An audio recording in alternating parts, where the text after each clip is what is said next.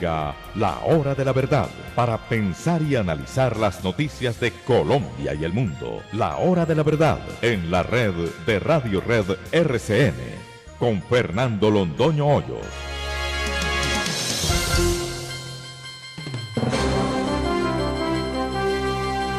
Muy buenos días, son las 6 de la mañana de este martes 30 de abril de 2019, esta es la Hora de la Verdad. Y estos temas y asuntos que trataremos en la grata compañía de ustedes durante las próximas horas. Atención, atención. Sublevación militar en respaldo a Guaidó en Venezuela. Guaidó con 30 unidades, no sabemos lo que significan las unidades en la terminología castrense de Venezuela, si una unidad es un batallón, si es un pelotón, si es una brigada, si es que, bueno, 30 brigadas no cabrían en La Carlota. La Carlota es el aeropuerto doméstico de Caracas que queda ahí encima de la ciudad, exactamente encima de la ciudad queda La Carlota. En este momento el gobierno desde luego dice que es un levantamiento minúsculo, que no vale la pena, que ya está siendo controlado. Ahí está. Vamos a ver qué reacción toma el pueblo venezolano en estos momentos críticos. Si la gente se levanta en respaldo de Guaidó y de los militares sublevados, si se queda en su casa, y si se queda en su casa, se quedará probablemente para siempre en su casa. Vamos a ver qué sucede. Las noticias se suceden cada minuto provenientes de Venezuela. Vamos a ver qué pasa. Les repetimos, sublevación militar. Fueron y liberaron a Leopoldo López. Lo sacaron del sitio donde estaba a la fuerza. Y está también en La Carlota con Guaidó. ¿Qué va a suceder? Condenado a 11 años de prisión, José Elías Melo, expresidente de Corfi Colombiana por el caso Odebrecht. No se dice nada del gran beneficiario de todos aquellos movimientos que fue Juan Manuel Santos. Lo que sí se dice es que el juez, o sí lo dijo el juez, ordenó la compulsa de copias contra Luis Carlos, contra el hijo del presidente dueño de Corfi Colombiana, Luis Carlos Sarmiento Gutiérrez. Luis Carlos Sarmiento Gutiérrez, compulsa de copias en su contra. Este es un hecho de características muy graves, porque Luis Carlos Sarmiento es prácticamente ahora, con el retiro parcial de Luis Carlos Sarmiento Angulo del grupo, es Luis Carlos Sarmiento Gutiérrez el hombre fuerte del grupo financiero más importante de Colombia. Las objeciones a la JEP en el Congreso. Menudo zafarrancho el que se armó ayer. No quiero anticiparme a noticia que le dará a ustedes de Mar Córdoba y a la entrevista que tendremos más adelante con uno de los senadores más significativos de la generación del 14, con Santiago Valencia. ¿Qué pasó ayer en el Congreso? Absolutamente inesperado el viraje que tomaron las objeciones a la JEP en el Senado de la República. En la Cámara de Representantes todo había transcurrido sin pena ni gloria en unos minutos, con una derrota aplastante del gobierno nacional. Ayer las cosas se pusieron muy distintas. La Corte Constitucional está nerviosa porque puede haber chuzadas telefónicas de personas interesadas en saber qué están pensando los magistrados de la Corte Constitucional. Yo diría que esto es lo que se llama en derecho penal un delito imposible. ¿Quién demonios puede estar interesado en oír las conversaciones de estos personajes? Me parece que nadie. Entonces sería un delito imposible. Llegó a Colombia el general Santoyo, un personaje muy importante de la Policía Nacional en su momento. fue el comandante de la policía en la ciudad de Medellín y después fue el comandante de la policía quien representaba y dirigía la policía en el Palacio de los Presidentes cuando era presidente Álvaro Uribe Vélez. Ha sido acusado de narcotráfico y de crímenes que se hubieran cometido durante su mandato como comandante de la policía en la ciudad de Medellín. Llegó a Colombia, venía de los Estados Unidos, de purgar penas que se le impusieron allá y fue capturado inmediatamente con alias Porcino en el aeropuerto tan pronto llegó. Reaparece 5 años después Abu Bakr al-Baghdadi, jefe del Estado Islámico. Lo dieron y lo dimos por muerto varias veces, pero la última vez parecía verdad, es decir, parecía la vez definitiva, y ahora reaparece en un video hablando de temas de ahora. Luego sí estaría vivo al-Baghdadi. Sigue la novela, una novela trágica sobre la chilena desaparecida. Todo apunta desde luego a su compañero sentimental con el que vino a pasar un tiempo en Colombia y todo apunta allá, pero se están practicando pruebas que serían definitivas para establecer la culpabilidad de este hombre. Viene el presidente de DMG, viene a Colombia. Nosotros insistimos, David Murcia Guzmán, nosotros insistimos en sus cómplices. ¿Cómo es esto que solamente David Murcia Guzmán, un hombre de muy relativa formación intelectual y profesional, es decir, prácticamente ninguna, que hizo un verdadero imperio? ¿Con la ayuda de quiénes? Con la complicidad de quien fue el fiscal general de la Nación, que decía 3 o 4 días antes de que estallara el escándalo que ahí no estaba pasando nada, y con el señor Bernal Cuéllar, ex procurador general de la Nación, que fue su representante, no su abogado en ejercicio de la profesión, sino su asesor y consejero. Y entonces al señor Bernal Cuéllar no le pasa nada, al señor Iguarán no le pasa nada. Esto fue una cosa de David Murcia Guzmán de él solito. Eso no lo va a entender nadie en Colombia así. Suspendida la orden de captura contra el Paisa, porque dicen que no hay causas para detener al Paisa, el mayor asesino de la historia criminal de América, después o al lado de Pablo Escobar. Es como si no hubiera habido causas contra Pablo Escobar.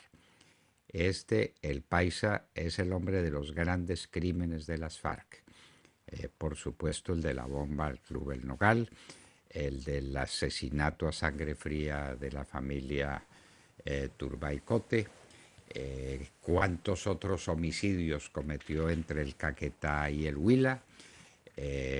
Nos puso la bomba a nosotros, murieron los 2 escoltas, mis 2 escoltas, Ricardo Rodríguez Rosenberg Urbano. Todo eso fue obra de el Paisa, todo esto y mucho más, y no hay causa contra él. ¿Cómo les parece? Nuevas restricciones de Trump a solicitudes de asilo.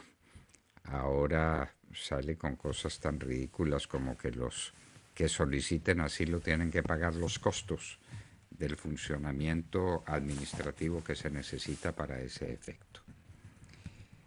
Los socialistas españoles parece que quieren gobernar solos. Ayer decíamos que esto había sido un verdadero caos,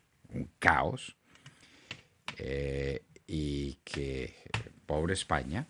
Entonces ahora los socialistas, como no pueden formar gobierno, porque si lo tienen que formar, lo forman con Podemos y eso sería el colmo para la causa socialista. Entonces, ¿qué va a pasar y qué van a hacer los socialistas? Gobernar solos, un imposible. Caos político en España. Eso fue lo que dejaron las elecciones pasadas.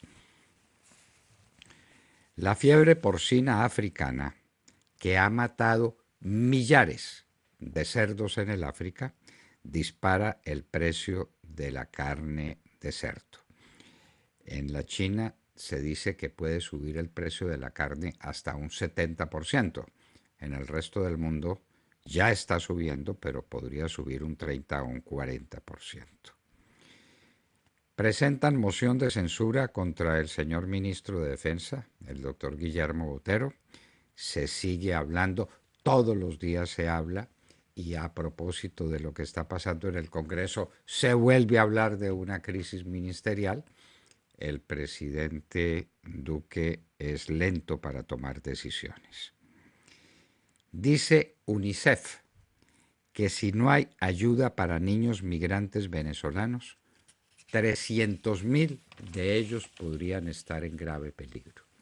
No dice UNICEF de lo que pasa con los centenares de miles de niños venezolanos que permanecen desnutridos en Venezuela y que pueden morir por desnutrición o tener retardo mental irreversible. Sobre eso no se dice nada. ¿Qué pasa con el tránsito de cocaína colombiana hacia los Estados Unidos por Venezuela? Pues hablan por lo menos de 240 toneladas de cocaína al año. Ese cálculo es muy conservador, por ahí pasaron hace mucho rato. Y que una tonelada de cocaína en las calles de los Estados Unidos puede costar 39.000 millones de dólares. Así como suena, 39.000 millones de dólares. Entonces, ¿esto cómo es? ¿Esto cómo es? Probablemente se equivocó CNN al dar la cifra de 39.000 millones de dólares y sea menos que eso, pero en todo caso son cifras gigantescas, gigantescas. Por eso las FARC son la organización más rica del mundo y su socio Juan Manuel Santos, desde luego. Hoy abdica Akihito, emperador del Japón, en favor de su hijo Naruhito. Akihito dedicó mucho tiempo de su imperio a contar cómo había sido la guerra del Pacífico y la participación que en él tuvo su padre. Viaje de prueba con el 737 de la Boeing, MAX, 737 MAX. Dice la Boeing que ya le introdujo modificaciones sustanciales al software, que no hay peligro, y la autoridad aeronáutica estadounidense va a hacer un viaje de prueba con ese avión. El gobierno de Sri Lanka prohíbe el uso de velos en la cara por razones de seguridad. Ahí puede tener un problema religioso, pero la seguridad está primero y hay que despejar el camino para combatir a los terroristas que bien podrían tener un velo en la cara. Sigue la guerra en Libia. En Libia hay una guerra civil, como lo hemos contado, y ayer hubo un ataque feroz contra el centro petrolero más importante de ese país. Libia es un importante productor de petróleo. Nada difícil que vuelvan a remontar los precios del petróleo. Tratan de estabilizar el tipo de cambio en Argentina. Esa historia ya la conocemos. En la época de Martínez de Hoz mantuvieron el tipo de cambio estático, la inflación hizo subir los precios de las cosas y el resultado fue un verdadero caos. Estamos a 6 meses de las elecciones y el señor Macri no sabe qué hacer. La Arquidiócesis de Nueva York publica la lista de 53 miembros del clero que pudieron cometer abusos sexuales contra niños. ninguno de esos miembros del clero está en ejercicio, o bien porque fue retirado, o bien porque ya falleció. ¡Qué vergüenza para la Iglesia! Sigue el ébola, imparable en el Congo. 27 casos en un solo día, casos registrados por las autoridades sanitarias del Congo. 126 en la semana. El ébola, una crisis de salud incontenible. Trump afirma, equivocadamente para todos, la ejecución de niños recién nacidos en varios estados. Entre ejecutar a un niño un día después de nacido o un día antes de nacido, pues no hace diferencia. Y ejecutarlo un día antes de nacido es lo que propone nuestra Corte Constitucional. Estas señoras de la Corte Constitucional están proponiendo el asesinato de niños porque se trata de un derecho fundamental de la mujer, asesinar los niños que tienen en su vientre. En España, malos pronósticos sobre el curso de la economía. Hablan de un 40% de caída en la creación de empleo este año.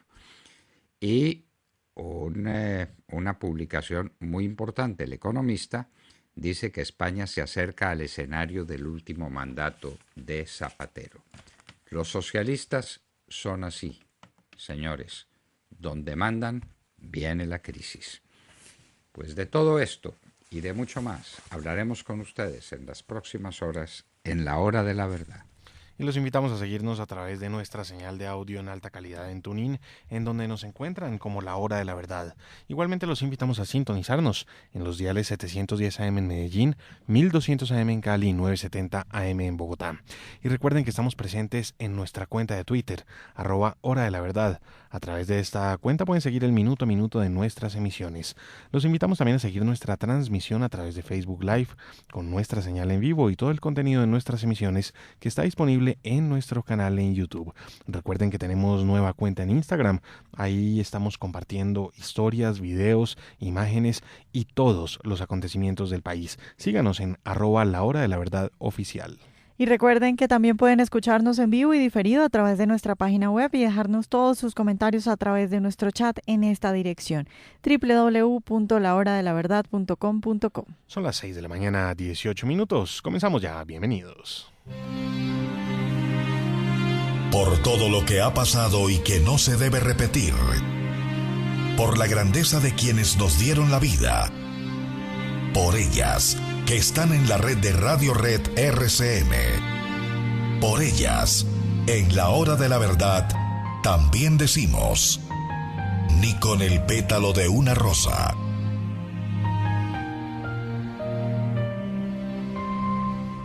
Privilegiada la de Alfonso Ortiz Tirado, el médico tenor mexicano. Con esa canción tan bella saludamos la mañana con una noticia que estremece en este momento al mundo. Vanessa Araujo. Doctor Fernando y queridos oyentes, muy buenos días. Empezó la Operación Libertad en Venezuela. Se está materializando la operación de la que durante meses habló Juan Guaidó, el presidente encargado de Venezuela. En la madrugada de hoy, el periodista Alberto Federico Rabel, designado recientemente como el director del Centro Nacional de Comunicaciones de la presidencia de Juan Guaidó, anunció situación irregular en todo el país. Luego se supo que se trataba de un movimiento nacional de militares en contra de la usurpación de Nicolás Maduro. Venezuela a la calle, es la hora de conquistar la libertad, tuiteó María Corina Machado a las 4:11 de la mañana. Cerca de las 6 de la mañana, el presidente Guaidó se dirigió a todo el país a través de sus redes sociales.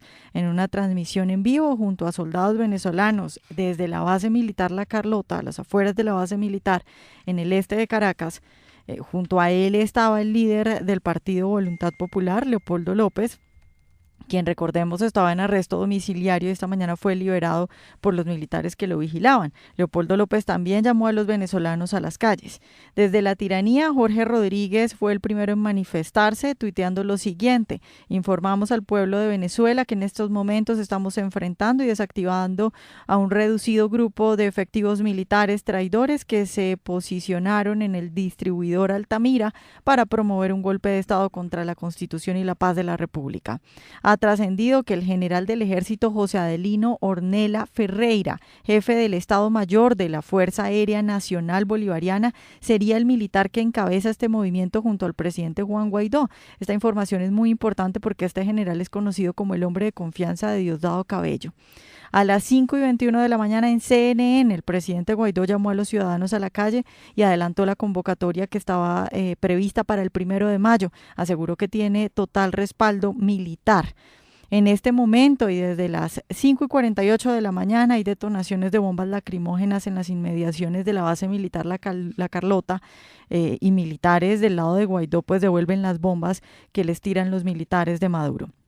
En este momento la convocatoria oficial es que todos los que estén en Caracas vayan a La Carlota. Ha llamado la atención también que los militares que acompañan a Guaidó tienen una cinta azul en el brazo. Un comandante retirado del Ejército General ha explicado que esta es una contraseña para que las personas no conocidas sean identificadas como parte del movimiento. Es importante resaltar también que desde muy temprano el senador republicano Marco Rubio está tuiteando al respecto. Por supuesto, esto no es casualidad.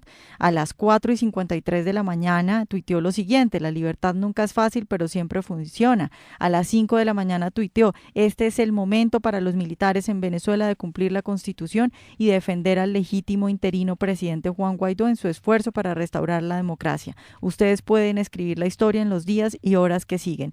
Y luego tuiteó: después de años de sufrimiento, la libertad está esperando a la gente de Venezuela. No dejes que te tomen esta oportunidad. Ahora es el momento de tomar las calles en apoyo al legítimo gobierno constitucional. No permitas que este momento se escabulla, puede que no regrese. Hace minutos acaba de hablar Diosdado Cabello, ha dicho no van a poder. Invitamos a todo el pueblo de Caracas, a los milicianos, a las unidades bolivarianas chavistas, los colectivos a venirse al Palacio de Miraflores. Entonces, por primera vez Guaidó busca un enfrentamiento con el chavismo. Todo parece acordado con la comunidad internacional, que desde muy temprano está dando declaraciones al respecto, y pues estamos pendientes de todo lo que pueda ocurrir hoy. Muy bien, pues le voy a leer qué dice Leopoldo López por vía electrónica. @Leopoldo López, Venezuela. Ha iniciado la fase definitiva para el cese de la usurpación, la Operación Libertad. He sido liberado por militares a la orden de la Constitución y del presidente Guaidó. Estoy en la base de La Carlota. Todos a movilizarnos. Es hora de conquistar la libertad, fuerza y fe. La pregunta es cómo responderá el pueblo venezolano a este llamamiento. Sí, ¿y qué tipo de ayuda internacional tienen? Porque claro, llama mucho la atención que, por ejemplo, Marco Rubio está desde hace mucho tuiteando al respecto. También el señor Almagro, desde muy temprano. Y la emergencia es total. Y mire usted que nos afecta, pues, o nos toca, porque Cristina Londoño no puede salir al aire. Está cubriendo de emergencia la situación de Venezuela. De manera que es ahora o nunca. Venezolanos, con su presencia en la calle, no hay que disparar un tiro. El pueblo de Venezuela se tiene que manifestar hoy como nunca se ha manifestado, en defensa de la libertad, en defensa de la esperanza. A ese pueblo hoy le puede regresar la esperanza de un futuro como el que se merece el país más rico de América. Es el momento y no habrá otro después de este, muy seguramente. De Mar Córdoba. Doctor Fernando, compañeros de la mesa, oyentes de la Hora de la Verdad, muy buenos días. Lo de ayer en el Senado fue una discusión que nos remontó al 2016, cuando se debatía en el Congreso de la República la implementación de los acuerdos con los terroristas de las FARC, con el famoso e inconstitucional Fast Track. La plenaria, que estaba citada para las 12:30 del mediodía, empezó casi sobre las 2 de la tarde cuando logró el quórum para discutir las objeciones presidenciales a la ley estatutaria para la JEP. En medio de campañas en redes como ¿y tú de qué lado estás?, también otra campaña como apruebe las objeciones Senado, del partido de gobierno y de la izquierda, que argumentando que decirle sí a las objeciones era hacer trizas la paz. Pues el pulso arrancó entonces sobre las casi 2:30 de la tarde. El primer asunto en la plenaria fue el trámite de los impedimentos de algunos congresistas, entre ellos de la senadora Paola Holguín y del expresidente Álvaro Uribe Vélez. En el caso de la senadora, porque ya fue parte del comité promotor del referendo derogatorio que pedía pues acabar con la participación política, la elegibilidad política de las FARC, acabar con la justicia especial para la paz y con el famosísimo blindaje jurídico que tenía el narcoacuerdo. Pero a su vez, ella también pidió que se le revocara el impedimento para poder participar en la discusión y en la votación, pues hoy no existe ninguna de las circunstancias que la llevó a declararse impedida en aquel momento cuando se votó la ley estatutaria en la plenaria. En el caso del presidente Álvaro Uribe, porque fue quien negoció el no con el gobierno de Juan Manuel Santos, lo que resultó en una trampa para robarse la voluntad del pueblo que le dijo no a las FARC. Esto explicó el presidente Uribe sobre su impedimento. Creo que lo mejor entonces es reabran esas votaciones de hoy, denos la oportunidad de no participar en esas votaciones, de que consideren nuestros impedimentos. Yo repito, solamente con el ánimo de poder discutir, yo pediría cuando se presente mi impedimento que ojalá no me lo acepten. El problema era que la oposición se inventó que como el debate se retrotraía al debate de hace más de un año, de acuerdo a la Corte Constitucional, aunque las circunstancias del impedimento ya no existieran, se debía mantener la imposibilidad para votar a los que se habían declarado impedidos. Pero el debate de fondo es el afán de la oposición, conformada por la extrema izquierda, por acabar con la extradición, pues quedaría en manos de la Justicia Especial para la Paz, ese mecanismo de cooperación judicial al que tanto le temen los bandidos. Esto explicó la senadora Paola Holguín sobre el tema de extradición. Aquí no se quieren callar voces. Aquí el problema no es que nosotros estemos en contra de la muerte, tenemos una preocupación legítima. Esos artículos que tienen que ver con la extradición. Por décadas las mafias en Colombia han tratado de acabar con la extradición a través de Pablo Escobar, a través de un presidente que montó el cartel de Cali, y ahora nos quieren meter el mismo miquito en el acuerdo de La Habana, y es decir que terceros con supuestas verdades se van a librar de la posibilidad de ser extraditados a Estados Unidos. Hombre, un país que ha sufrido tanto por el narcotráfico, un país donde el narcotráfico ha sido el combustible de guerrillas paramilitares y BACRIM, un país que ha padecido las bombas y la violencia por culpa de este maldito flagelo, hoy porque tiene que salir a premiar a los traquetos, a los mafiosos y a eliminarles la extradición.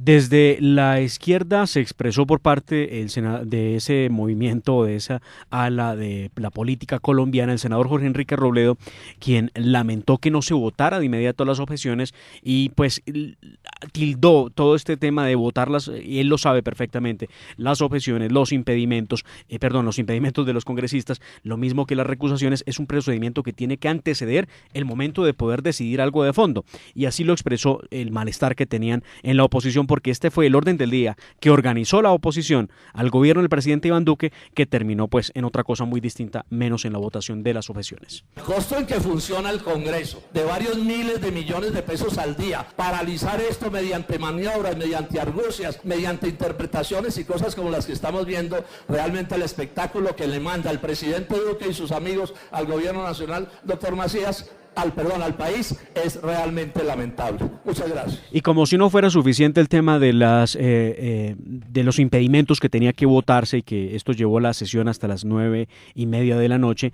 también hay que decidir qué va a pasar con las recusaciones. Se recusó al presidente Álvaro Uribe también por el tema del no. Del plebiscito, se recusó al presidente del Congreso Ernesto Macías, se recusó a Roy Barreras porque estuvo en La Habana como negociador plenipotenciario, estatutario, lo recusaron desde el Centro Democrático, y desde el Centro Democrático también Ernesto Macías recusó al senador Iván Cepeda, de quien recordemos tiene su esposa como contratista en la JEP, razón suficiente para hacerlo, para que se declare impedido. No lo se declaró impedido obviamente, sino tuvieron que recusarlo para que se haga parte del debate sobre las sucesiones presidenciales. El caso es que esto va tomando un rumbo muy distinto, doctor Fernando. Hoy a partir de las 2:30 de la tarde se reanuda la sesión con la Comisión de Ética, que dará cuenta de las recusaciones, y sabremos seguramente al final de la tarde qué va a pasar con las objeciones a la ley estatutaria para la JEP. Mejor dicho, que el día de hoy va a ser un día de esos determinantes en el Parlamento, no solamente por las decisiones que se tomen, sino por la tendencia que se va a mostrar. Si al presidente lo acompañan en sus objeciones es porque se ha hecho una alianza política nueva y distinta de Mar. Claro, va a lograr mayorías, él las necesita, claro, sí. Bueno, y de hecho, pero mayorías que vienen para quedarse. A eso apuntan. Ayer hablaba con un congresista y le preguntaba, bueno, ¿esto qué va a pasar acá? Porque si le hice la cuenta, le dije, mire, ustedes son 33, 34 y la oposición llega a 63. ¿Qué va a pasar? Entonces me decía, no pueden contarlo por partidos, porque claramente hay una gran división en el partido de la U, que está con el presidente Iván Duque, una enorme división de Cambio Radical, algunos liberales, el Partido Conservador y el Centro Democrático acompañando al partido. Claro, los partidos cristianos, Mira, y Colombia Justa y Libres. Entonces, vemos que el panorama va a mejorar y muy seguramente vamos a lograr darle la vuelta. ¿Qué va a pasar? Que Senado apruebe las objeciones y como Cámara las negó, entonces procederá al artículo 200 de la Ley Quinta, que indica que se debe archivar los 6 artículos objeto de las objeciones presentadas por el presidente Iván Duque, lo que pues ayudaría en gran medida. Bueno, y sobre todo desde el punto de vista psicológico y político, que no solamente proceden esas objeciones contra el Estatuto Orgánico de la JEP, sino que cambia el panorama político del país. Vamos a ver, hoy será un día definitivo en política colombiana, como parece que va a ser un día definitivo para la suerte de Venezuela. Repetimos la noticia que dimos a comienzos de la mañana. Es posible que algunos hayan entrado a escucharnos unos minutos después. Hay una sublevación militar en Caracas con altos mandos. Parece que es una cosa grande de militares que están reunidos con Guaidó y con Leopoldo López, a quien liberaron de su encierro domiciliario. Ellos han llamado a la movilización de la gente en Venezuela. Estamos viviendo horas cruciales para Venezuela, como se están viviendo, y nos lo explica Ademar Córdoba, horas cruciales en la política colombiana. Tatiana Guerrero. Buenos días, doctor Fernando, compañeros, y a toda nuestra audiencia. Mediante un comunicado, el partido FARC rechazó el operativo que el gobierno nacional ordenó para capturar a Hernán Darío Velázquez, alias El Paisa. Las FARC piden a la segunda misión de las Naciones Unidas y a los países garantes del acuerdo de paz firmado con el gobierno del expresidente Juan Manuel Santos que gestionen la asistencia de El Paisa a la jurisdicción con plenas garantías políticas y jurídicas, y consideran que la recompensa que se ofrece por Velázquez, que es de 3.000 millones de pesos, es ilegal y que todo esto viola la Constitución y las garantías procesales, y dicen que es una decisión claramente ilegal, ya que según ellos Velázquez no ha cometido ningún delito, como lo dice la Fiscalía General de la Nación, y que por lo tanto la JEP no ha tomado ninguna decisión de sancionarlo, y enfatizan que aún no existe ley estatutaria de esa jurisdicción, por lo cual ningún exguerrillero fariano puede ser sancionado sin que exista una ley previa.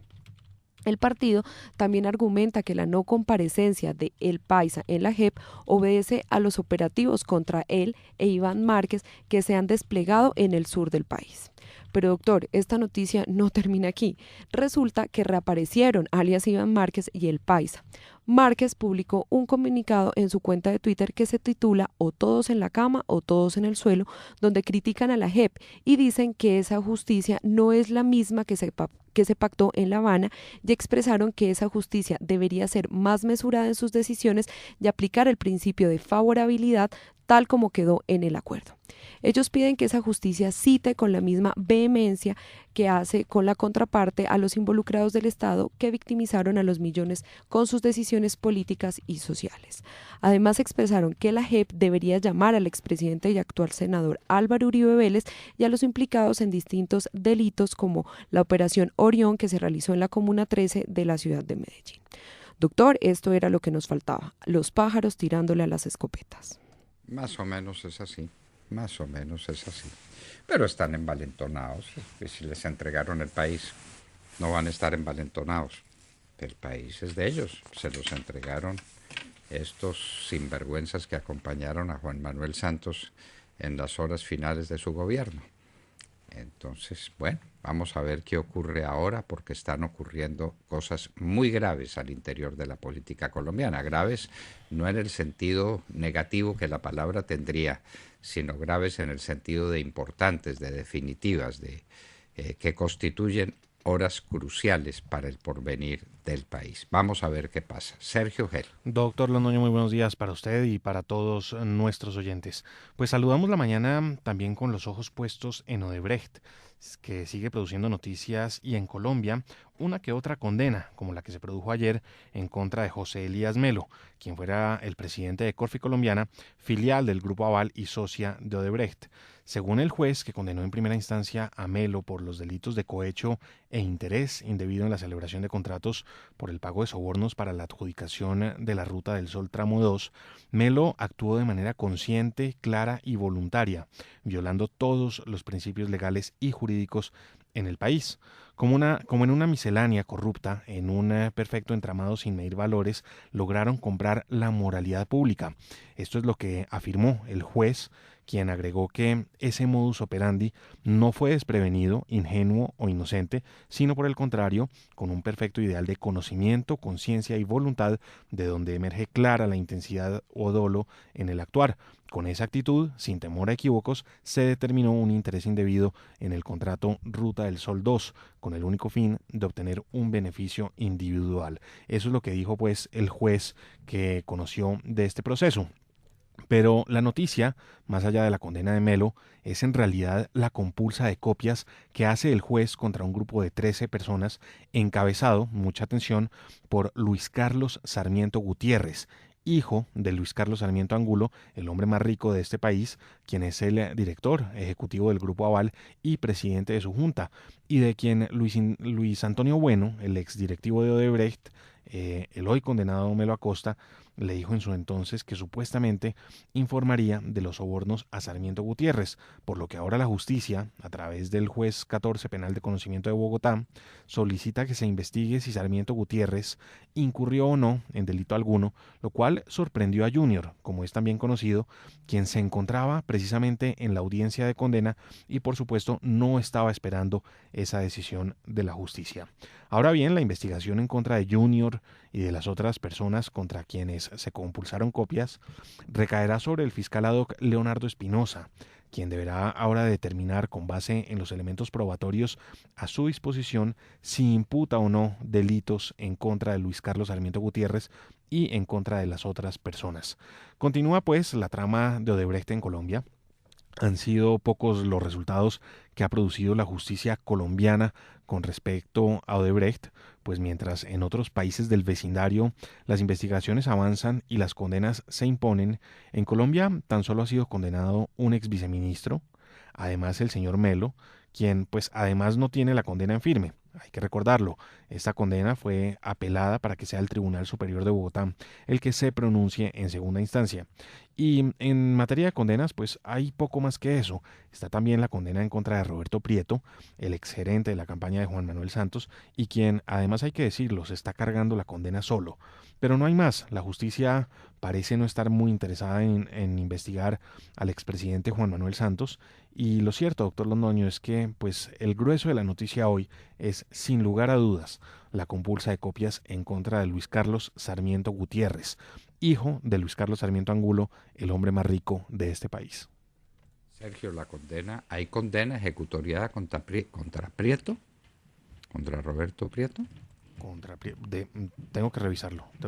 Yo no creo que haya sentencia ejecutoria. Es más, él está citado para pronunciarse sobre el tema en audiencia pública, una especie de indagatoria, me imagino yo, que está muy lejos del momento procesal de la condena.